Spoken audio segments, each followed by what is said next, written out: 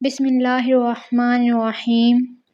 رسول اللہ صلی اللہ علیہ وآلہ وسلم کا ارشاد ہے کہ حسد صرف دو باتوں میں جائز ہے، ایک تو اس شخص کے بارے میں جسے اللہ نے دولت دی ہو اور وہ اس دولت کو راہ حق میں خرچ کرنے پر بھی قدرت رکھتا ہو، اور ایک اس شخص کے بارے میں جسے اللہ نے حکمت کی دولت سے نوازا ہو اور وہ اس کے ذریعے سے فیصلہ کرتا ہو اور لوگوں کو اس حکمت کی تعلیم دیتا ہو۔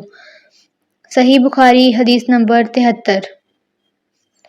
بسم اللہ الرحمن الرحیم۔ رسول اللہ صلی اللہ علیہ وآلہ وسلم نے فرمایا، ایک دن حضرت موسیٰ علیہ السلام بنی اسرائیل کی ایک جماعت میں بیٹھے ہوئے تھے کہ اتنے میں ایک شخص آیا اور اس نے آپ سے پوچھا، کیا آپ جانتے ہیں کہ دنیا میں کوئی آپ سے بھی بڑھ کر عالم موجود ہے؟ حضرت موسیٰ علیہ السلام نے فرمایا، نہیں۔ اس پر اللہ تعالیٰ نے حضرت موسیٰ علیہ السلام کے پاس وحی بھیجی کہ ہاں، ہمارا بندہ خضر ہے جس کا علم تم سے زیادہ ہے۔ حضرت موسیٰ علیہ السلام نے اللہ سے دریافت کیا کہ خضر علیہ السلام سے ملنے کی کیا صورت ہے؟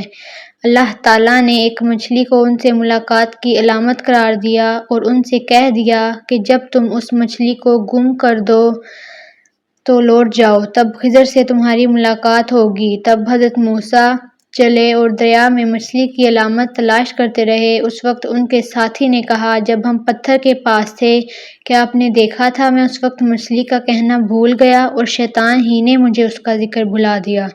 موسیٰ علیہ السلام نے کہا، اسی مقام کی ہمیں تلاش تھی۔ تب وہ اپنے نشانات قدم پر پچھلے پاؤں باتیں کرتے ہوئے لوٹے۔ وہاں انہوں نے خضر علیہ السلام کو پایا۔ پھر ان کا وہی قصہ ہے جو اللہ نے اپنی کتاب قرآن میں بیان فرمایا ہے۔ صحیح بخاری حدیث نمبر 74۔